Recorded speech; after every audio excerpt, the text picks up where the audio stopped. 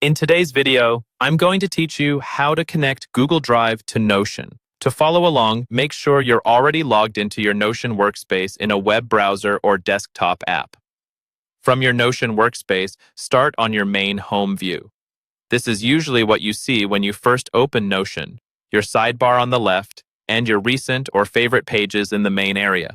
If you're not on home, you can get there by clicking the Notion logo or the word Home at the top of your sidebar.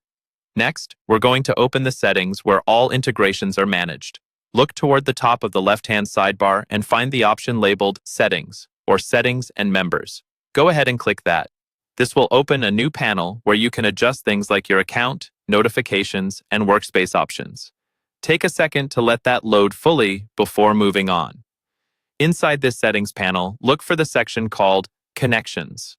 Sometimes this might be under a tab or in a list on the left side of the settings window. Click on Connections. This is where Notion lets you link external apps and services so they can work together with your pages and databases.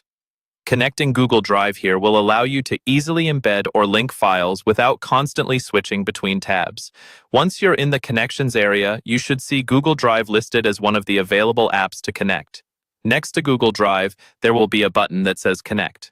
Click on that button. When you do, Notion will open a new window or tab that takes you to Google's sign-in and permissions page. If a pop-up is blocked, you may need to allow it in your browser first. Now you'll see a list of Google accounts you can use, or you might be asked to sign in. Choose the Google account that holds the Drive files you want to use with Notion. Click on that account. Google will then show you a permission screen explaining what access Notion is requesting, usually limited to specific files you choose to use.